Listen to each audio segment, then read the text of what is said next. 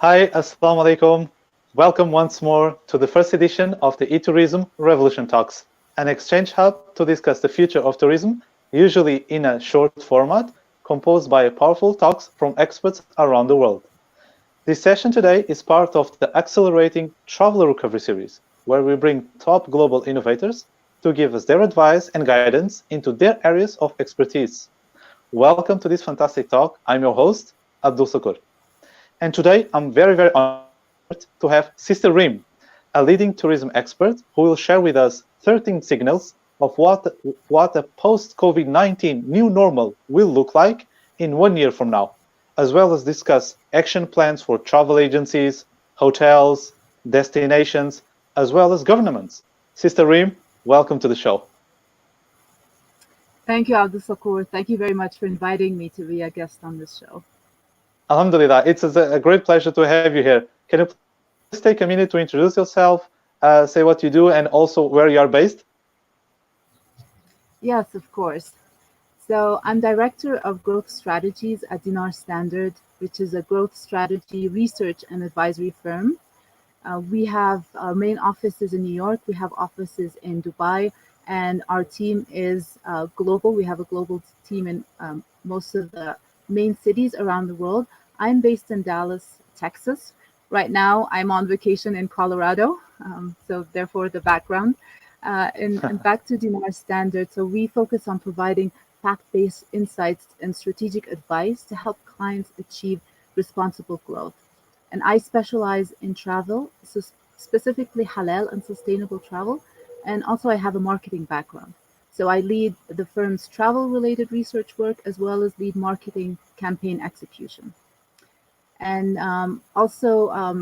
Dinar Standard, among the work that we do, we produce the annual State of the Global Islamic Economy report with the support of the Dubai Islamic Economy Center. Okay, that's great. And I'm really look forward because I know that you have prepared a great presentation for us, right? Thank you. Yes, I'll be sharing a brief that we prepared a few weeks ago because a lot of our clients have been asking we all know that things are going to change and everyone is talking about the new normal. So what is the future of travel going to look like after COVID-19, after all of this crisis is over? So my presentation is based on the brief that we prepared. Perfect. I look forward to hear more. Please feel free to share your screen. Sure, I'll do that.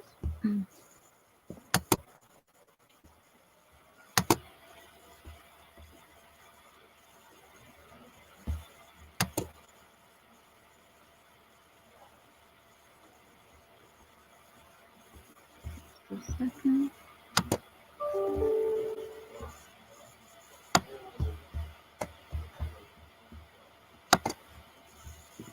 Sorry, bear with me. No, don't worry. Take your time.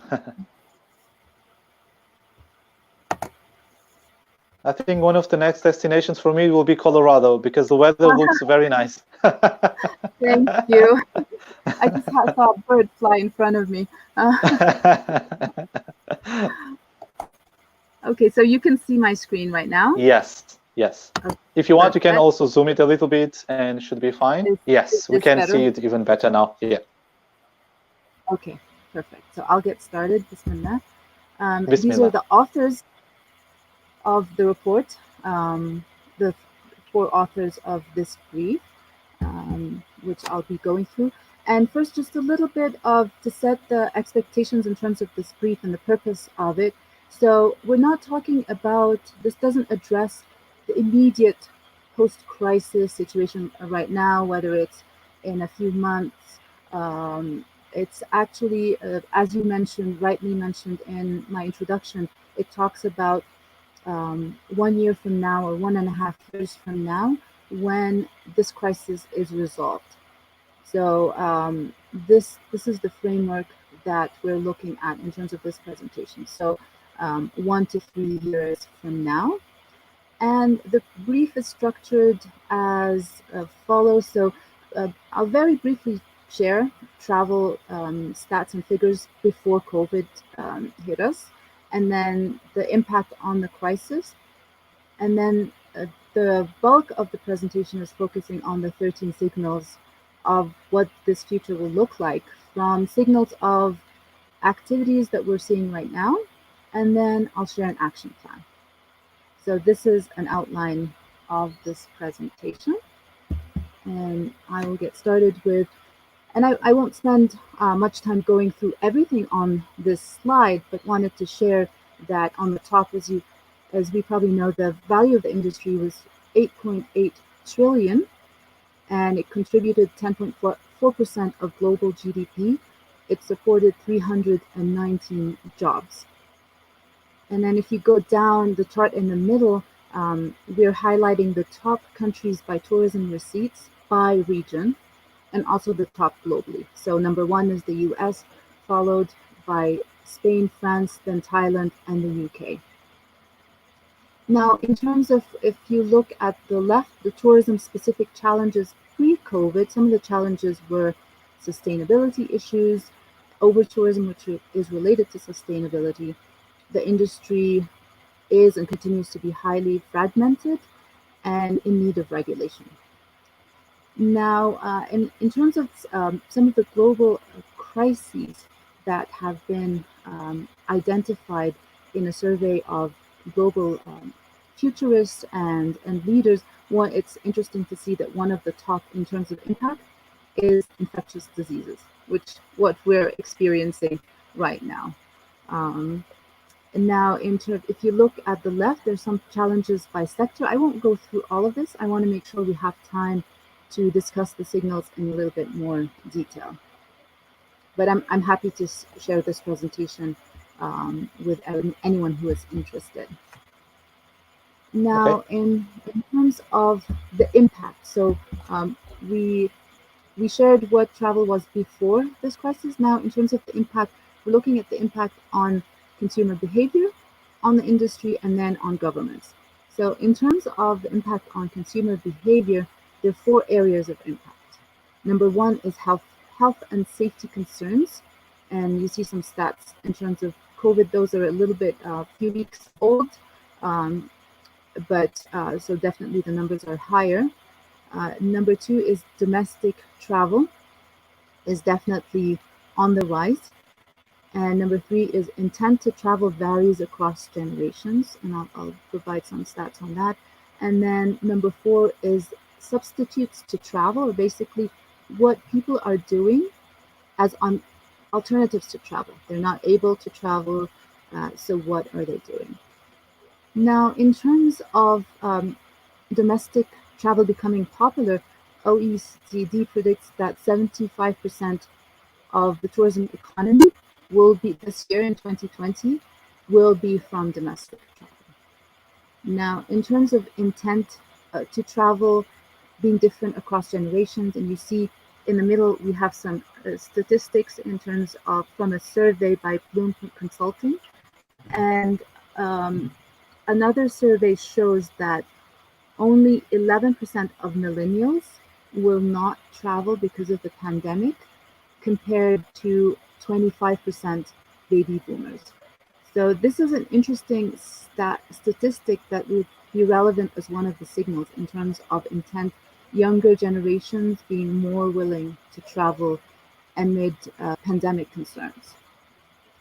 Now, in terms of substitutes to travel, we've all witnessed, I think, seeing more people consuming media, getting in touch with family and friends online, a rise in video conferencing. So some stats on the bottom below, there's been an increase in video game traffic, according to Verizon.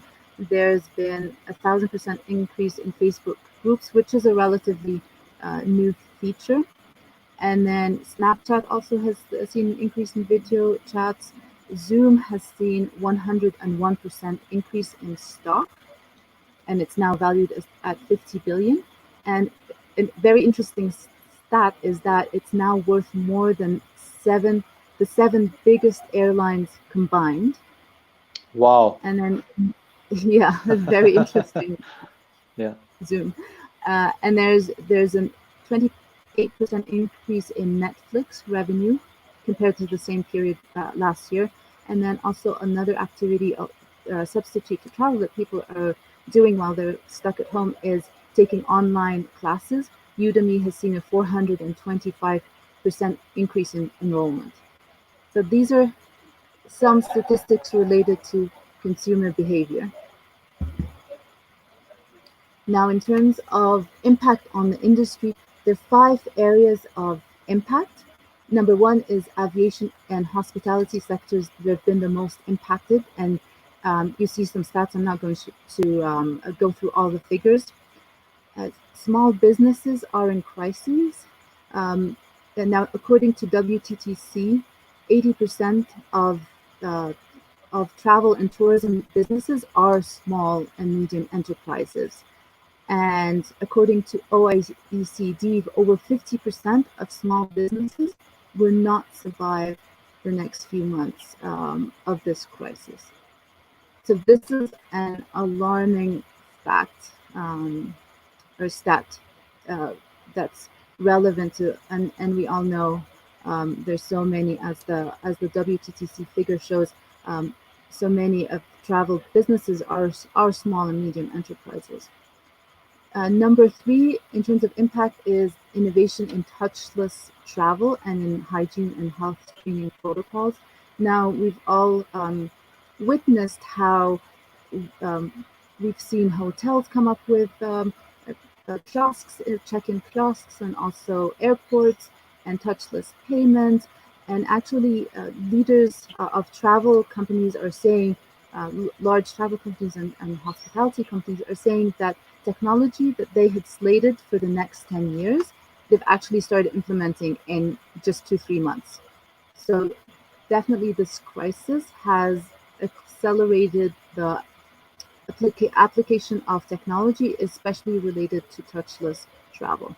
Now, in terms of health and hygiene, we've seen so many certifications come up and emerge, and some are led by countries such as Turkey has a countrywide certification, Thailand, and a few other countries, and then some are private initiatives.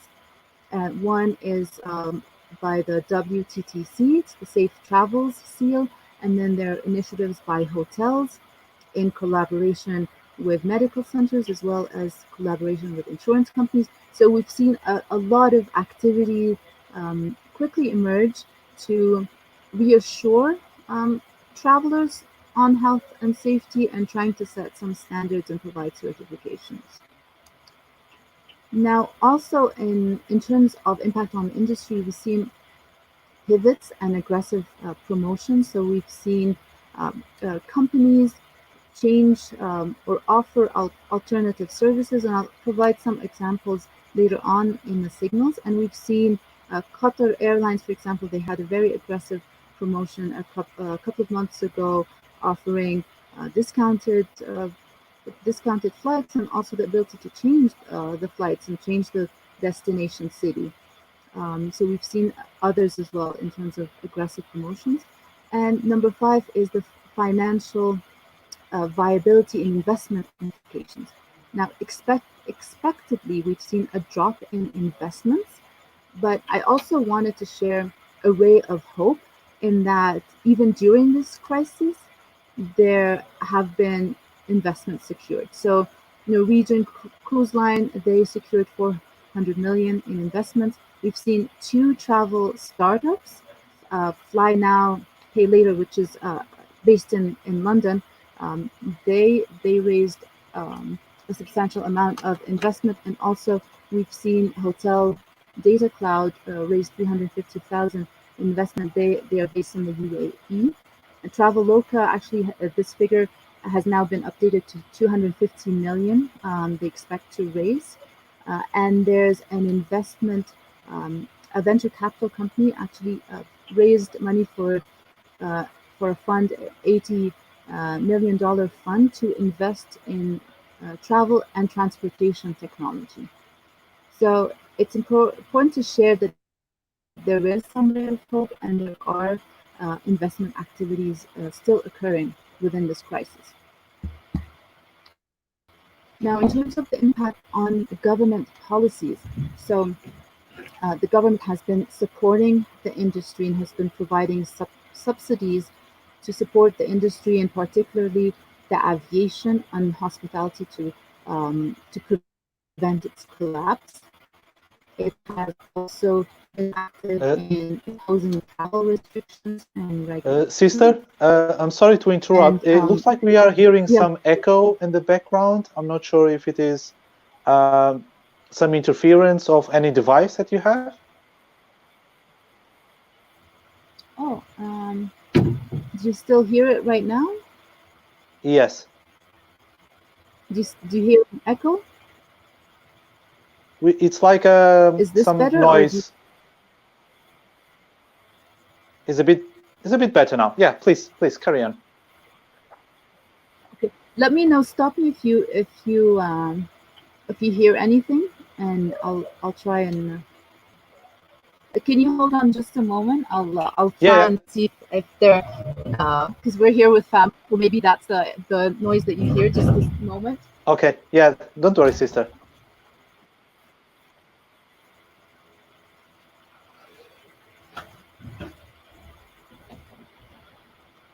Is this better? Is this any It's the better? same, but you can carry on. Oh, now it stopped. Okay, hopefully. Okay, Yeah, perfect. perfect. I'm sorry. Um, Please carry on. so I was. Oh yes, and please stop me if you hear that again. But I No, was that's fine. on the impact on government policies, and number three was travel bubbles. And Absakurio and I were just chatting before the start of this webinar. We're talking about how Yeah, countries have travel bubbles or travel corridors where they allow travel between them without requiring quarantine. So this is an impact on governments that they have been leading. And then medical needs definitely has been a priority. Governments have been prioritizing uh, being able to provide and address medical needs of locals and also of visitors as well. And then sustainability regulation that, as we know, uh, the travel impacts SDGs, and that's an area also that governments are looking to regulate further and further. So these are the three areas of impact. We spoke about impact on consumers, on the industry, and on government policy. Now, this is all kind of background to the main section of our presentation, which is the 13 signals. So signals of activities that we are seeing right now that predict what the future of travel post the COVID-19 crisis will look like. So the 13 signals, 8 of them are related to the industry and 5 to uh, governments. And I will go through them in more detail. So number one, in terms of the industry, hygiene has become a criteria, and I've shared some of the initiatives in terms of implementing hygiene and cleaning protocols and the safety and hygiene stamp of approval by WTTC. So this is definitely, and this we expect will continue. Uh, Having gone through this crisis and gone through this pandemic, it will always be a concern that it may re-emerge or another pandemic might occur. So this is a signal that we expect will continue post this crisis. Another is number two is the contactless travel innovation. And as I mentioned, innovation has accelerated, and we expect this to continue.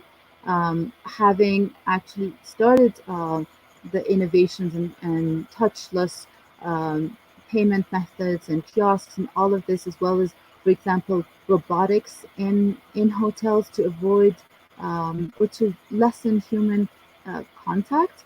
This we expect will continue post the crisis. It will not stop it. This accelerated innovation will continue. Similarly, the rise in domestic travel also is a signal that we expect to continue. So we understandably the current rise is because of the crisis and because it's safer to travel domestically. But we expect that as travelers explore their local destination, they realize this is an option that they can continue, and also destinations will continue to focus and customize their products for local travelers, and that's a way also to hedge their risks. So they're not, in case of any future crisis, they're not fully dependent on international tourists, but they also part of their revenue is focused on domestic travel as well.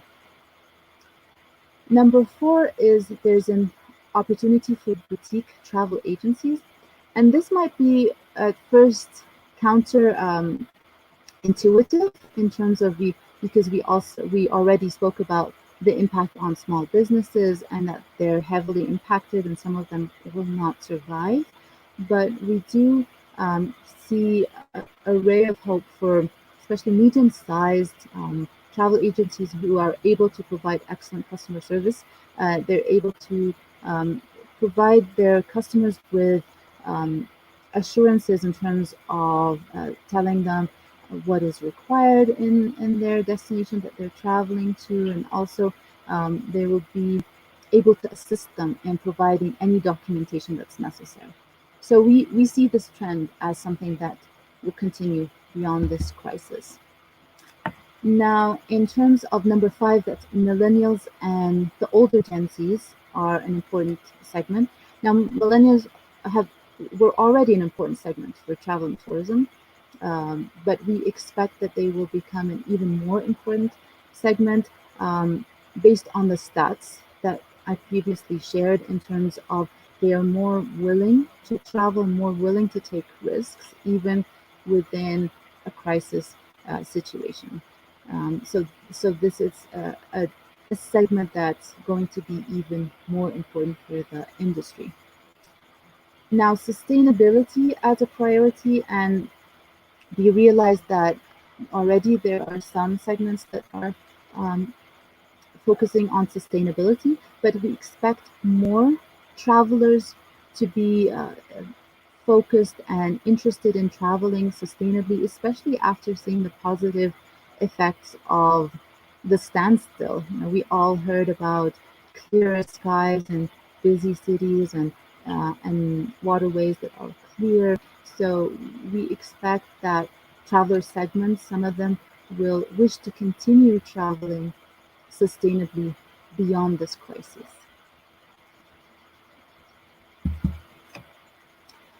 Now, number seven, funding opportunities for travel tech startups.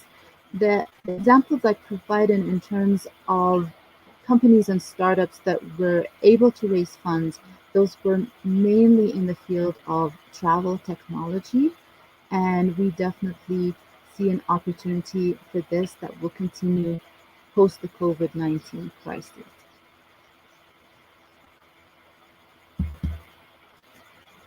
And number eight is broadening business models to hedge tourism risks.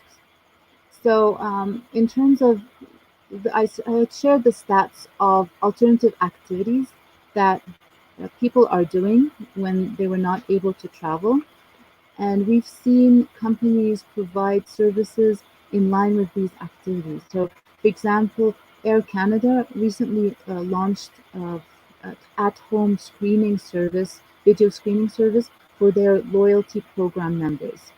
Now, while this is free of charge right now and it's only for their loyalty program members, this is an example of a service that may be offered for a fee and can continue post the COVID-19 crisis. And it's something they already have the streaming capabilities for their flights. So it's a service within their area of capabilities and expertise, but it's expanding it to an area that's not their core business, but it can be an additional revenue stream, especially within a crisis. And we've seen Airbnb and Viator, which is a tour and travel company, we've seen them offer virtual travel and experiences with local hosts and guides. And some of them are free of charge, but some of them are paid. So this is an example of additional revenue streams.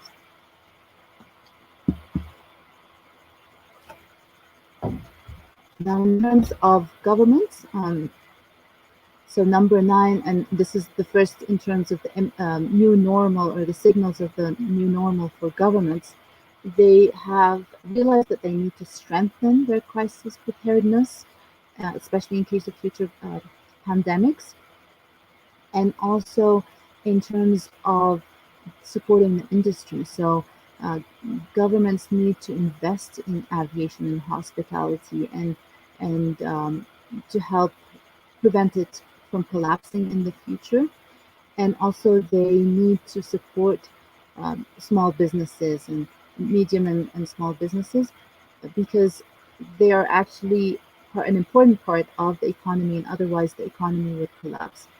And also in terms of governments, they need to be active in terms of retraining tourism workers, because not all of the tourism jobs that have been lost will be regained or will come back after the crisis, but some of these employees will need to be trained in other jobs. Now, number 10 is regulating hygiene and safety certification. And we've seen that some countries and governments have launched certifications of their own. Some are initiatives like the private sector, some are international organizations.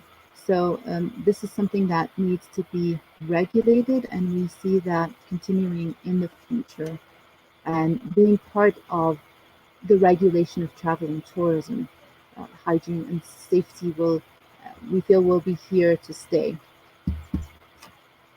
Now, tourism corridors that we touched upon, and right now the focus is in terms of safety, so countries agreeing on tourism corridors for safety. But another activity that can continue is countries agreeing on tourism corridors as a destination. So countries that share the same features or can become one unified destination for travelers. That will be something that may continue in the future as well. And destinations and attractions will configure for safety. So we've seen right now a lot of museums and attractions, in order to open, they've had to invest in technology that allows them for virtual queuing, for example, through an app rather than queuing in person. And we expect, since these efforts have already been invested in, that they will continue post the crisis.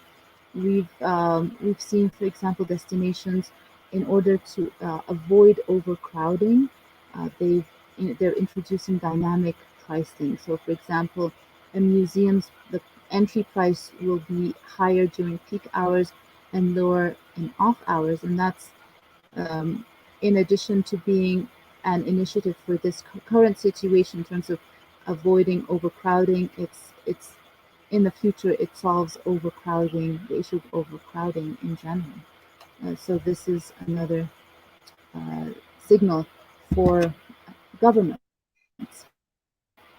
Now, for governments as well, the final signal is incorporating sustainability in tourism plans. And we've seen, for example, after this crisis, Venice decided to impose a tax for day trippers. And this is to avoid over-tourism and also to encourage longer stays, which is better for the economy. And this standstill has allowed governments of destinations that are suffering from over-tourism to really rethink their plans and to plan more sustainably, so sustainably for the environment as well as for the local people and local economy. And one example of, is Greenpeace. It's demanding from governments that airline bailouts come with stricter conditions in terms of taking action for impact on climate change. So these are some signals that we're seeing that may continue post the COVID-19 crisis in terms of governments as well as the industry.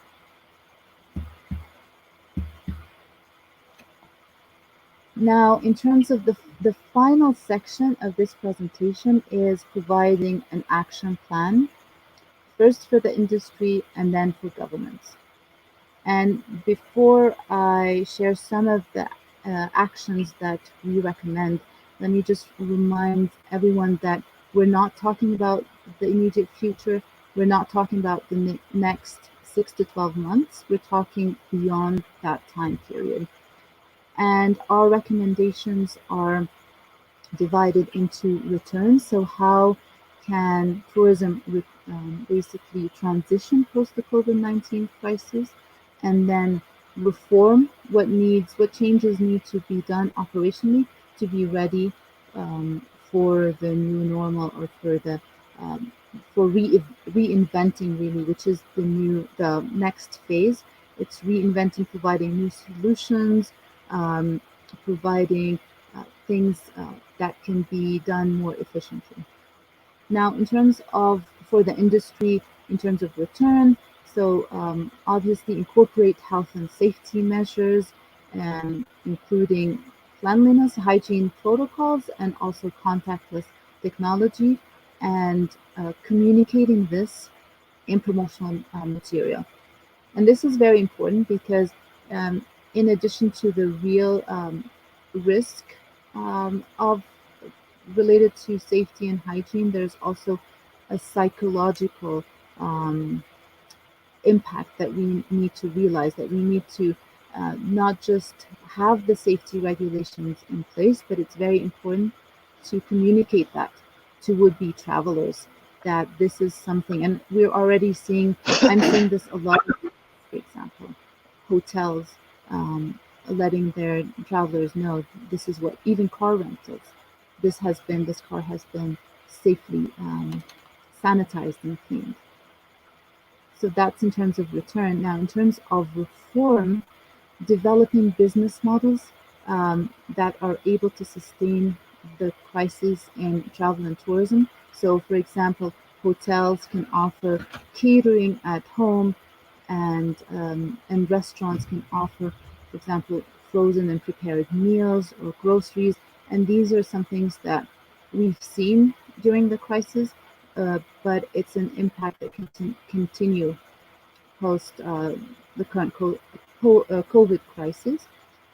And definitely for travel companies to include domestic travel as one of the important segments that they are targeting.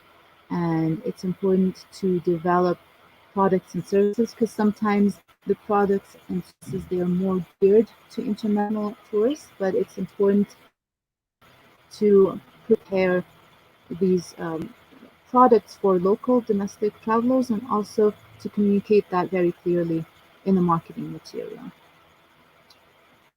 Sister, Now, sorry to in terms interrupt. of reinvent, and yes, I think we are listening the sound again. I'm not sure if maybe it's some interference. yeah,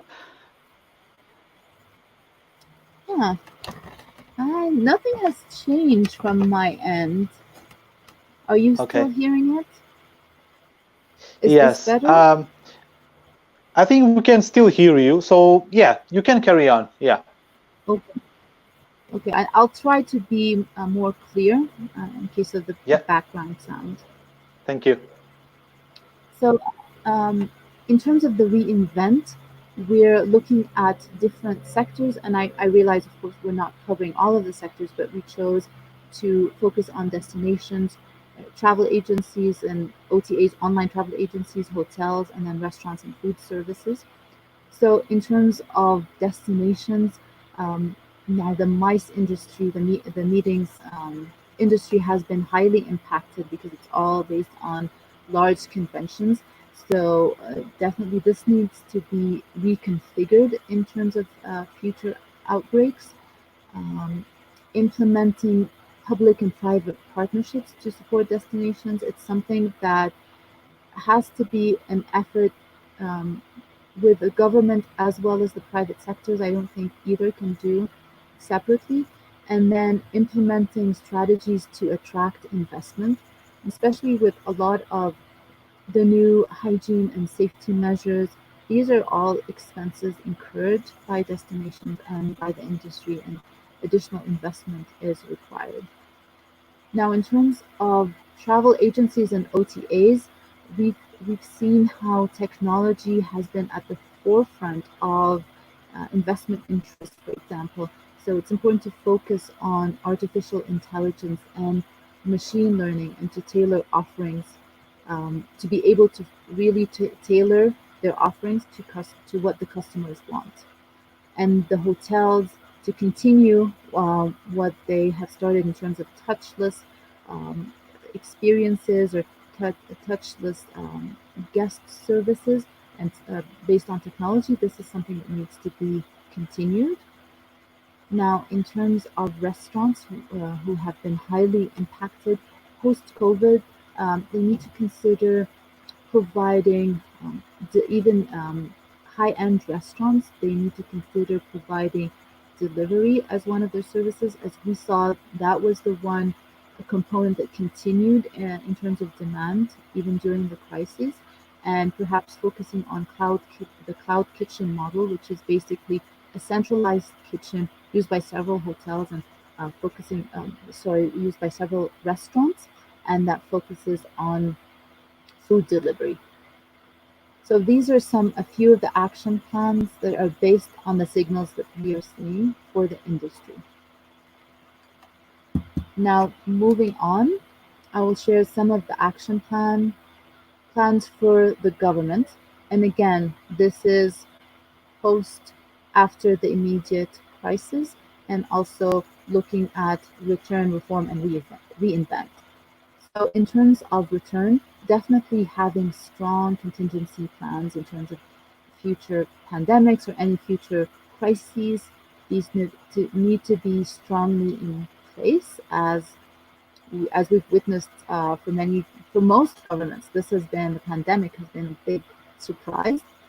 Now, in terms of reform, uh, providing industry related investment strategy. So, and these need to be public-private um, initiative.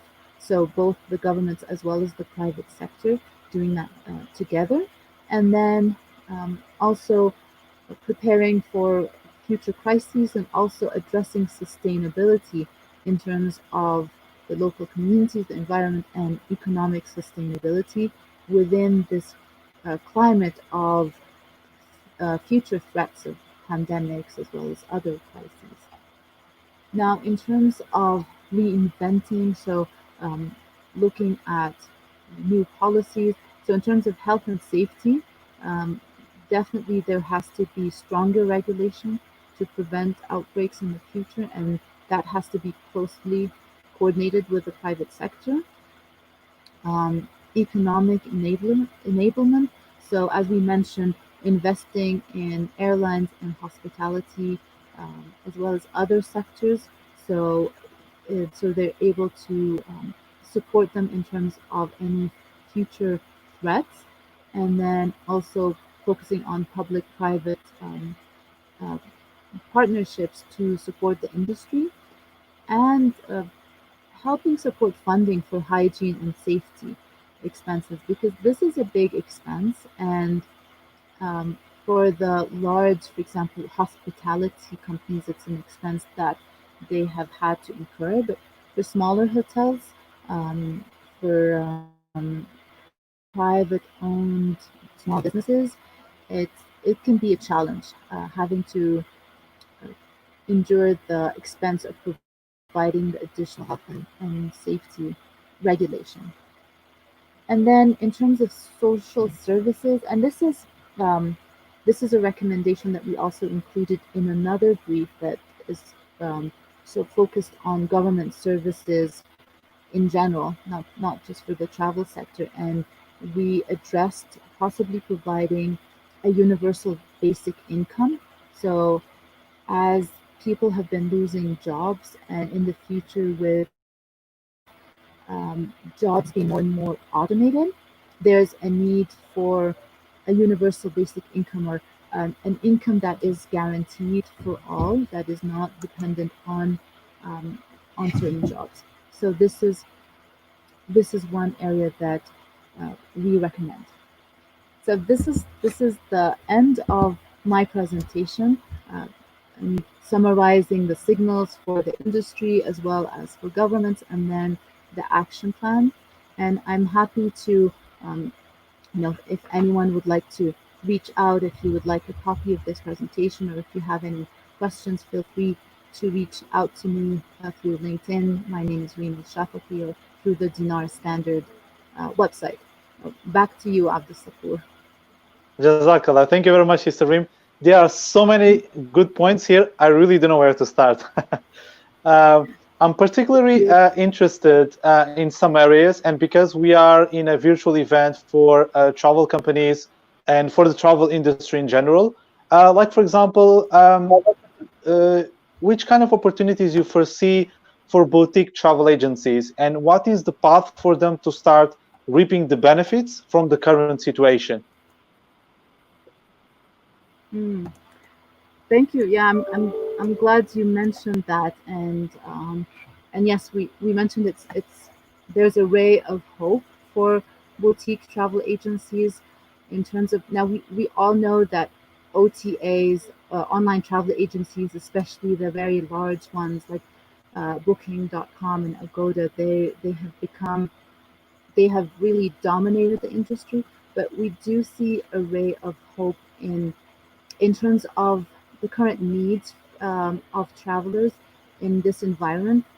There's a lot to navigate in terms of, they have concerns about their own health and safety. They are not sure in terms of the regulation that is required by different destinations. Like, for example, Cambodia, for example, is requiring a $3,000 deposit from foreign visitors to cover any coronavirus related expenses in case they get sick, or in case they need to be tested.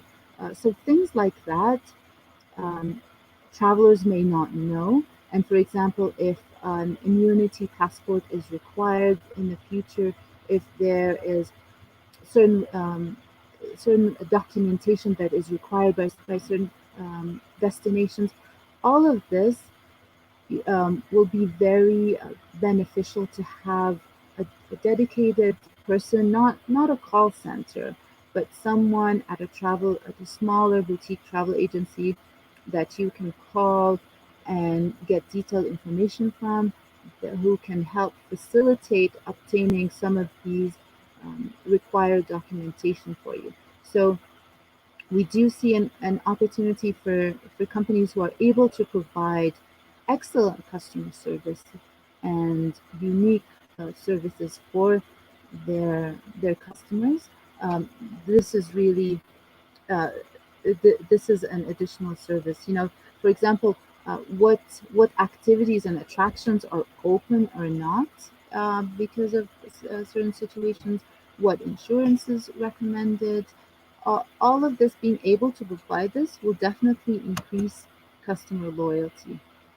Yeah, no, and And I perfectly see your point. Even before the pandemic, the role of a travel agent is also to be someone that is trusted and can actually hear the customer, in this case, the traveler, and attend to his need by informing them the right path. And now it's even more, because it will become not only a business relation, but also personal relation, because the travel agent will have much more responsibility to inform about the guidelines of each country, destination, the government rules, and as you said, the travel corridors, because now it's so much overwhelming information. We don't know what to follow. But with the travel agency, maybe it's become more personalized, the experience in terms of getting the information and deciding for booking a travel, right? And yeah, absolutely. I can perfectly see your point in there. Thank um, you. One of the things as well that you've mentioned is some examples of investments that were secured during the COVID-19 crisis. Do you think that halal travel companies also have an opportunity to secure investment? Absolutely, absolutely, and there is current interest in Muslim-focused OTAs, online travel agencies.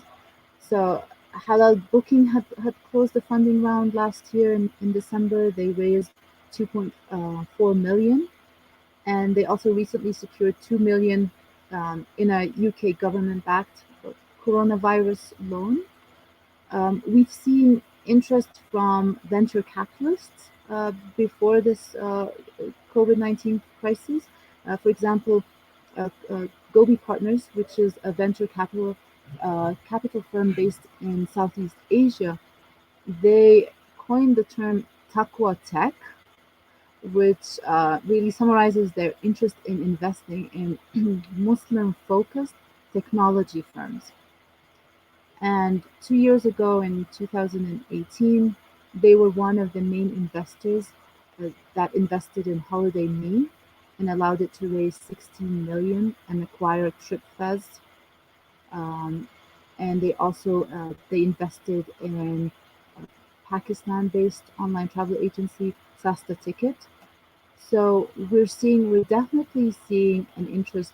We're seeing an overall interest in investing in travel technology, and then specifically in terms of halal travel companies, specifically OTAs, online travel companies, we are seeing an interest in investing in those who are focused on the latest technology in terms of artificial intelligence and machine learning that allows them to provide more customized and intuitive services. So definitely this is a trend that we see accelerating and continuing beyond this crisis and even during this crisis.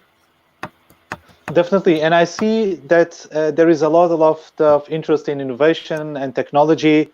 So I think we still have hope for the travel industry and for the travel Yes. players. And I'm very keen also to know, which kind of new technologies we start to see in restaurants, in hotels, in the attractions. For example, I've seen the other day some restaurants in Mallorca and even in Lisbon have now implemented QR codes, to make the orders online. So to make the orders, I mean, directly in the device, it becomes such more easier and practical and at the same time safe, right? So do you think that it would be more like a government initiative to invest in technology rather than private companies, or will be something balanced in between? hmm hmm I I think it definitely needs to be support. Right now, the initiatives we're seeing, they're mainly from private companies. Okay. Um, and the example that you mentioned, for example, the QR code, yes, this is an innovative solution to avoid touching a physical menu where you just use your phone and scan the QR code, and then you see the menu on your phone and you can order that way. And also the examples from the airports, the kiosks, and also check-in kiosks at hotels. So these are all private sector initiatives, but I see them in the future. They need to be more in the form of public-private partnerships. So um, government government they need to encourage the private sector in terms of providing incentives, providing in the form of tax cuts, for example, or grants and loans. Um, they should encourage training in this type of technology and innovation. So I feel this is how governments can support.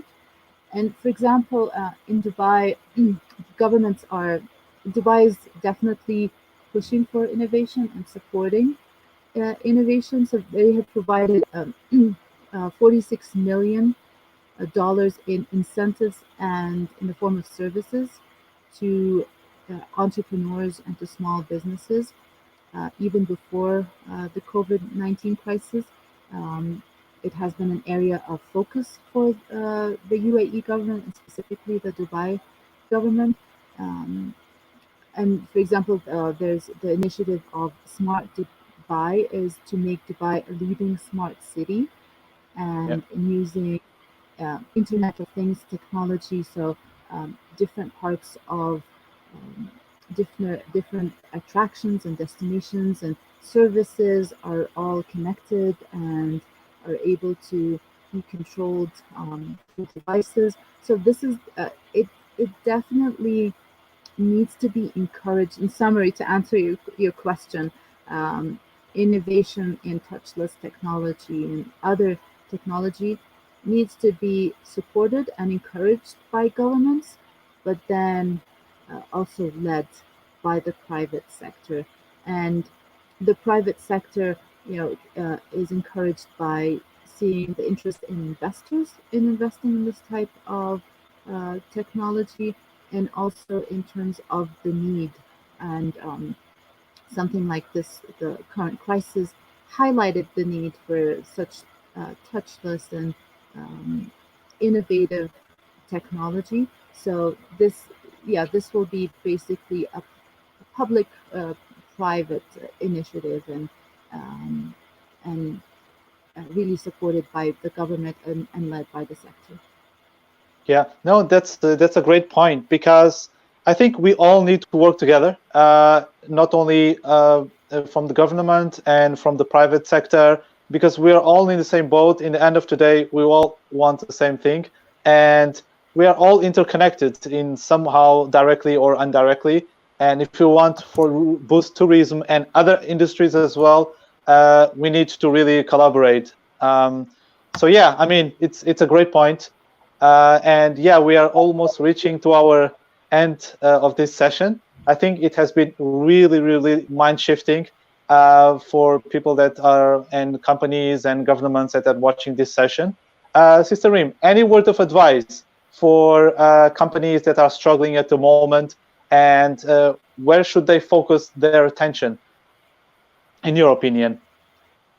Yeah, in my opinion, really focusing on definitely focusing on possibly pivoting, like not uh, clinging to the core services that they are providing, but being open minded in terms of seeing what other services they have the ability to provide. And like, for example, we mentioned the example of Air Canada. We mentioned the example of Airbnb and Viator, and there's an example from the UK, Halal Travel Company, Halal Travel Guide. They're offering online. They started offering online guided tours that their local guides provide, and this is a way of continuing to support their local guides as well as continuing some revenue stream for the company. So definitely focusing on what how you can continue having a revenue stream even amid a crisis, even if it's a small revenue stream, and considering pivoting to additional services, not just focusing on the core service that they provide, and definitely focusing on innovation. We've seen this as a thread of what has continued to really lead in terms of the ability to recover, the ability to continue to provide services within constraints. Um, so definitely continue that, and work. And I feel also the private sector and private companies need to work together, perhaps to support each other and to get support from the government. Okay, perfect. That has been a very, very enlightening, and I'm pretty sure this will be taken very seriously for everyone that is watching this. I will just finalize by asking you, what is your favorite or your next holiday destination, since you are already in holidays? To be honest, I'd love to go to Indonesia and Oh have a wow. really authentic experience at one of the islands, not Bali, one of the smaller islands, perhaps staying at a homestay. So one of the houses that are run by a family, and getting to have an immersive experience. That's the style of travel that I love and my family loves as well, is really getting to experience the local culture firsthand, not in a touristy way. um, So that will be my when I can travel internationally. Inshallah. That's on my list, inshallah. I'm convinced that brother Isnaini, he was in our talk earlier, and he's from Indonesia, and he will definitely be the right person to advise and give you the right tips. Perfect. I'll reach out to him. Sister Reem, it has been a great pleasure to have you here. Thank you very much. Thank you, Abdul. Thank you so much for having me, and thank you to everyone who has joined this webinar. I appreciate that you took the time to listen in. Thank you. Thank you. Thank you very much. So, my dear audience, we are reaching the end of this session. Thank you very much for participating in this webinar. I really hope that this has been very good and beneficial for you, for your business. And yeah, please keep tuned for the next series of the eTourism Revolution Talks. The next session will be tomorrow, and it will be very interesting as well. Okay, thank you. See you next time. Assalamu alaikum.